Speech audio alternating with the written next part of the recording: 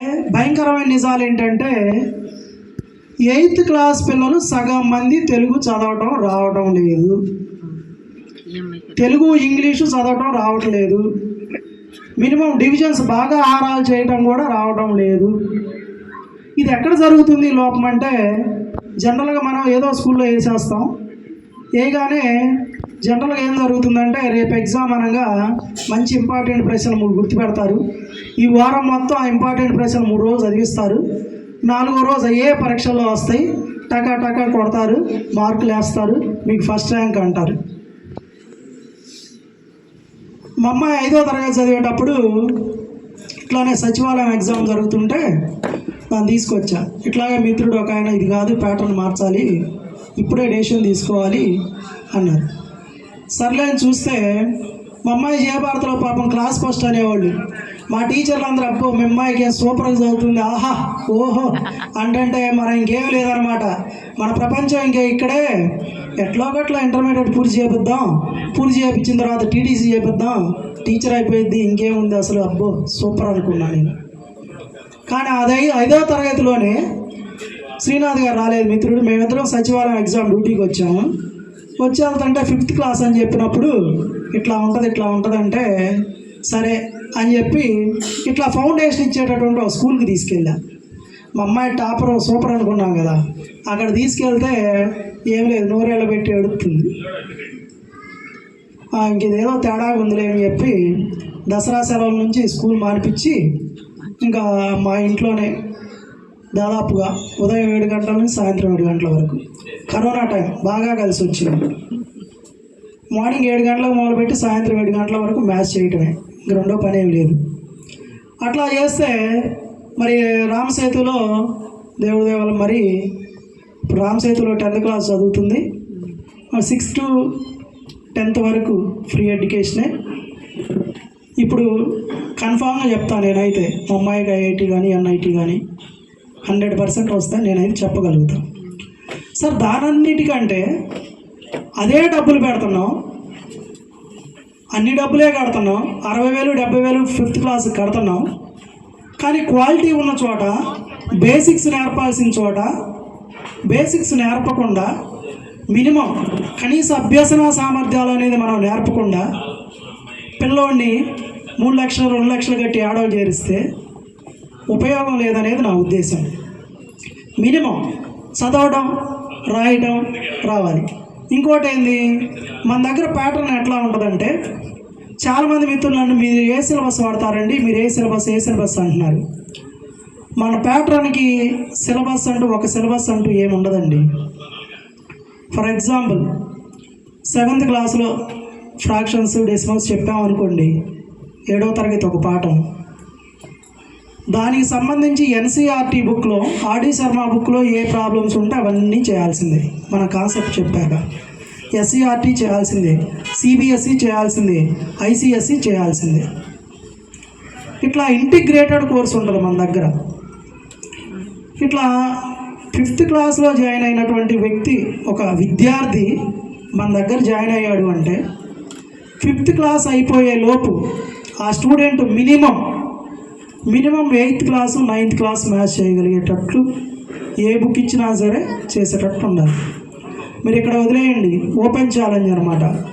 మీ వాడు ఇక్కడ చేరడానికి, మీ పిల్లలు ఇక్కడ చేరడానికి ఉన్నటువంటి అతని అభ్యసన సామర్థ్యాలు ఏంటి, జాయిన్ అయిన తర్వాత 1 సంవత్సరం తర్వాత మీ ఏరియాలో స్కూల్కి తీసుకెళ్ళి మిగతా పిల్లలతో పోల్చుకోండి, ఎంత మెరిట్గా ఉన్నాడు, ఎట్లా ఉన్నాడు అనేటటువంటి అంశాన్ని మీరు పోల్చుకోండి, ఖచ్చితంగా వేరియేషన్ కనపడుతుంది. ఇంకోటి మన ఉపాధ్యాయ మిత్రులకి తెలియాల్సింది ఏంటంటే, జనరల్గా మనం అనుకునేది ఏంటంటే, చిన్నపిల్లలు కదా 10th వరకు ఇటు చదివిద్దాం, ఇంటర్కి వేరే చోట జాయిన్ చేద్దాం అనుకుంటున్నాం. దీని క్యాల్కులేషను, అమౌంట్ క్యాల్కులేషన్ కూడా వేస్తే మీకు చాలా వేరియేషన్ ఉంటుంది. మీరు ఇట్లాంటి ఫౌండేషన్ స్కూల్లో చేరిస్తే సుమారుగా హాస్టల్ పెట్టి డే స్కాలర్ పెడితే ఒక 50 రోజులు అయిపోయింది. ఈ చుట్టుపక్కల ఎక్కడైనా 70,000 అట్లా ఉంది. 5th క్లాస్కి మనం 45,000 పెట్టాం డే స్కాలర్కి, తక్కువ ఫీజే. హాస్టల్లో పెట్టామనుకోండి, సరే 1,00,000 యావరేజ్ ఫీజు చేసుకుందాం అండి, 5th జాయిన్ చేస్తే కరెక్ట్గా పిల్లోడు లేదా విద్యార్థి చక్కగా చదివి మంచిగా చదివితే మన దగ్గర ప్రతి జనవరిలో ఇందాక యలమంద గారు చెప్పినట్టు N21 బ్యాచ్ ఒకటి ఉంటుంది అన్నారు. అట్లాగే భాష్యంకి ఒక CCO బ్యాచ్ ఒకటి ఉంటుంది, నారాయణకు ఉంటుంది, శ్రీ చైతన్యకు ఉంటుంది, గుడివాడ విశ్వభారతికి ఉంటుంది, KKR గౌతమ్కి ఉంటుంది. వాళ్ళందరూ మన దగ్గరకు వచ్చి ఎగ్జామ్ పెట్టుకుంటారు. ఎగ్జామ్ పెట్టుకొని ఆ పిల్లోడిని కనుక వాళ్ళు 6th నుంచి లేదా 7th నుంచి 8th నుంచి తీసుకెళ్తే 10th క్లాస్ అయిపోయేంత వరకు మీ దగ్గర ఒక్క రూపాయి కూడా వాళ్ళు వసూలు చేయరు.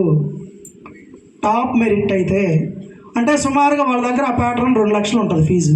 5 సంవత్సరాలంటే 5 2 10 లక్షలు, మీకు రూపాయి ఖర్చు ఉండదు. తర్వాత ఇంటర్మీడియట్ కూడా బాగుంటే ఇంటర్మీడియట్ కూడా ఫ్రీగా ఇస్తారు, అంతా బాగానే ఉంటాయి. సరే, ఇంకొక విషయం ఏంటంటే SC STs టీచర్లు ఎంప్లాయీస్, ఇద్దరు ఎంప్లాయీస్ అయినప్పటికీ కూడా NIT IITలో చేరితే ఫీజులు లేవు, ఫీజులు ఉండవు. SC ST పిల్లలైనా ఎంప్లాయీస్ పిల్లలైనా ఫీజులు ఉండవు. కేవలం 6 నెలలకు మెస్ బిల్లు కేవలం 21,000 రూపాయలు మాత్రమే కట్టాల్సి ఉంటుంది. అదే మన పిల్లలు అక్కడ దాకా వెళ్ళలేదనుకోండి, ఏదో మన ఊర్లో పెట్టేసాం, 10th బ్రహ్మాండంగా అయిపోయింది, ఇంటర్కి వచ్చాడు, ఎక్కడైనా 2 లక్షలు తక్కువ ఎవరు ఫీజు రాయట్లా, 2 4 లక్షలు కడతారు, అక్కడ మంచి ర్యాంక్ రాదు. మంచి ర్యాంక్ రాకపోతే ఏదో ఒక యూనివర్సిటీకి పోయి సంవత్సరానికి ఒక 5 లక్షలు, KLUలో విజ్ఞానంలో 4-5 లక్షలు లేకుండా ఫీజు లేదు కదా అక్కడ. 5 ఏళ్ళు 5 4 20 లక్షలు, 20 లక్షలు ఇది ఒక 10 లక్షలు, 30 లక్షలు. 30 లక్షలు కట్టినా పిల్లోడు సెటిల్ అవుతాడనే ఏమైనా గ్యారంటీ ఉందా? గ్యారంటీ లేదు. మళ్ళీ ఇదంతా చేయక ఏం చేయాలి? ఇక్కడ కాదులే కానీ అమెరికా పోతే బాగుంటాడు అంటే ఇంకో 40 లక్షలు అప్పు చేయాలా? ఆ 40 లక్షలు అప్పు చేసి మళ్ళీ వాడిని పంపించాలా? ఇంత చేస్తే సక్సెస్ రేట్ ఎంత ఉంటుంది? ఇట్లా పోయిన వాళ్ళు గట్టిగా ఉంటే 2% 3% ఉంటుంది. దానికంటే చక్కగా చిన్న వయసులో ఏం పిల్లల్ని వదిలేసి ఎక్కడ ఉంటాం ఏంది అంటుంటారు. ఏముండదు, 1 సంవత్సరం అలవాటు అయితే అందరికీ అలవాటు అయింది. మా అమ్మాయిని 5వ తరగతి 6th క్లాస్లో తీసుకొచ్చి రామసేతులో పడేసా. మా ఆవిడ నువ్వు ఒక మూర్ఖుడు అంది. మూర్ఖుడివి, నీకేం తెలియదు అసలు అంది. ఇవాళనే పరిస్థితి లేదుగా. అందరూ చక్కగా మిమ్మ ఏ క్యాంపస్ అంటే రామసేతు, ఏ బ్యాచ్ అంటే పలానా బ్యాచ్, ఆ బ్యాచ్లో సీట్, అసలు మిమ్మాయి తిరుగులేరుపో ఇబ్బంది లేరుపో అంటుంటారు కదా ఎవరో ఒకళ్ళు. అంటే ఆ ప్యాటర్న్ తెలిసిన వాళ్ళు అంటుంటారు కదా, దానివల్ల చాలా హ్యాపీ అన్నమాట. కాబట్టి నేర్పాల్సిన వయసులో మనం ఏమి నేర్పకుండా అంతా అయిపోయిన తర్వాత ఏదో చేద్దాం అనుకుంటే మాత్రం నిజంగా మనం తప్పు చేసినట్టే మన పిల్లల విషయంలో. తర్వాత ఇంకోటి ఏంటంటే ఇక్కడ మన స్పెషాలిటీస్ ఏంటంటే ఆల్రెడీ ఇట్లాంటి ఫౌండేషన్ స్కూల్స్ ఉన్నాయి కదా, మీ దగ్గరే ఎందుకు జాయిన్ చేయాలి? ఇట్లాంటి ఫౌండేషన్స్ పేటలో ఉన్నాయి కదా, చిలకలూరిపేటలో, మీ దగ్గరే ఎందుకు జాయిన్ చేయాలి అనే దానికి నేను ఒకటి చెప్తాను. ఏంటంటే జనరల్గా ఈ Navodaya, Sainik, corporate, olympiad coaching అనే టైంకి ఇంకా మ్యాథ్స్, ఫిజిక్స్, కెమిస్ట్రీ ఈ 3 7 to 7 వేస్తున్నారు. ఈ దెబ్బకి ఏమవుతుందంటే పాపం పిల్లలకి తెలుగు, హిందీ రావట్లా. తెలుగు చదవటం రావట్లేదు, హిందీ చదవటం కూడా రావట్లేదు. కానీ మనం అట్లా లేదు. ఇక్కడ మార్నింగ్ సెషన్ మొత్తం మ్యాథ్స్, ఫిజిక్స్ ఉంటుంది. 5th క్లాస్ పిల్లలకి మ్యాథ్స్, ఫిజిక్స్ మార్నింగ్ సెషన్ ఉంటుంది. తర్వాత 1 to 4 వరకు, తర్వాత డైలీ తెలుగు, హిందీ, ఇంగ్లీషు ఈ 3 స్పష్టంగా చదవటం, నేర్పడం, అక్కడ ల్యాగింగ్ లేకుండా చూస్తాము. రెండోది ఏంటంటే ఇక్కడ జనరల్గా ఏం జరుగుతుందంటే హాస్టల్ బాగుంటేనేమో ఫ్యాకల్టీ బాగున్నట్ల మనం చూసిన దాంట్లో, ఫ్యాకల్టీ బాగుంటేనేమో హాస్టల్ బాగుంటలేదు. ఈ రెండింటిని కోఆర్డినేట్ చేస్తాం. తర్వాత మా దగ్గర చెప్పేటటువంటి ఫిజిక్స్, మ్యాథ్స్, కెమిస్ట్రీ ఫ్యాకల్టీ గత 20 సంవత్సరాల నుంచి ఒలింపియాడ్లో ఏదైతే టాప్ స్కూల్స్ అనుకుని చెప్పుకుంటున్నామో ఆ స్కూల్స్లో టాప్ మ్యాథ్స్, ఫిజిక్స్ ఫ్యాకల్టీ వాళ్ళది ఇంకా అగ్రిమెంట్ అవ్వలేదు కాబట్టి, అక్కడ అగ్రిమెంట్ ఉంది కాబట్టి మనం వాళ్ళ పేర్లు చెప్పకూడదు, లేకుంటే వాళ్ళ పేర్లు కూడా చెప్పేవాళ్ళం. కాబట్టి అట్లాంటి ఫ్యాకల్టీ ఉంటుంది. జనరల్గా ఏం జరిగిద్దంటే ఫ్యాకల్టీ ఒకళ్ళు, తర్వాత ప్రాక్టీస్ చేయించే వాళ్ళు ఇంకొకళ్ళు ఉంటారు. కానీ మన దగ్గర అది జరగదు. కేవలం ఎవరైతే పాఠాలు చెప్తారో మ్యాథ్స్, ఫిజిక్స్, కెమిస్ట్రీ, డౌట్ క్లారిఫికేషన్కి, వర్క్షీట్లు చేయించడానికి దానికి కూడా వాళ్ళే ఉంటారు. కాబట్టి మరి ఆదివారం సమయంలో మీరందరూ మీ టైం వేస్ట్ చేసుకొని నా మీద ప్రేమతో వచ్చినా సరే, మరి టైం 2 అవుతున్నా, ఆకలి కేకలు పెడుతున్నా, ఇంత శ్రద్ధగా చక్కగా విన్నారు. మీరందరూ నాకు సపోర్ట్ చేస్తారని ఆశిస్తున్నా. మన పాఠశాలలో ఏదైనా సరే మీరు సలహాలు, సూచనలు ఇవ్వదలుచుకుంటే చక్కగా, సార్ మాకు దీంట్లో అనుభవం ఉంది, మా పిల్లలు ఇట్లా ఉన్నారు కాబట్టి ఇగో ఇట్లా ఫాలో అవ్వండి మీరు అని మీరందరూ సలహాలు ఇస్తే నేను చక్కగా ఆ సలహాలు తీసుకొని వాటన్నిటిని కలుపుకుంటూ వెళ్ళి సంకల్ప స్కూలు అభివృద్ధికి, ఇట్లాంటి స్కూలు నెక్స్ట్ ఇయర్కి 4 క్యాంపస్లుగా అయ్యేటట్టు మనం ప్లాన్ చేయాలండి. జోక్గా సీరియస్సే. ఎందుకంటే మిత్రులు మరి ఇందాక నుంచి చెప్తున్నారు నాకు, గుంటూరు జిల్లాలో అంతమంది తెలుసు, ఇంతమంది తెలుసు, వాళ్ళు తెలుసు, వీళ్ళు తెలుసు అని. వీళ్ళందరూ తెలిసి ఉండి వీళ్ళు నా మిత్రులు అయ్యి ఉంటే తలా ఒక అడ్మిషన్ ఇచ్చిన ఎన్ని అడ్మిషన్లు అవ్వాలండి? నా కాంటాక్ట్ నెంబర్లో సుమారుగా 6200 ఫోన్ నెంబర్లు ఉన్నాయి నా దాంట్లో, ఎవరికన్నా కానీ. అయితే ఏంటంటే మీరందరూ నాకు వెల్ విషర్స్ కాబట్టి, అంటే ఫీల్డ్లో అనుభవం ఉంది కాబట్టి, మన స్కూల్ని డెవలప్ చేయడానికి మీ సలహాలు, సూచనలు అవసరం కాబట్టి మీ సమయాన్ని కిల్ చేసైనా సరే ఇక్కడ పిలవటం జరిగింది. నిజంగా చాలా సంతోషం అండి.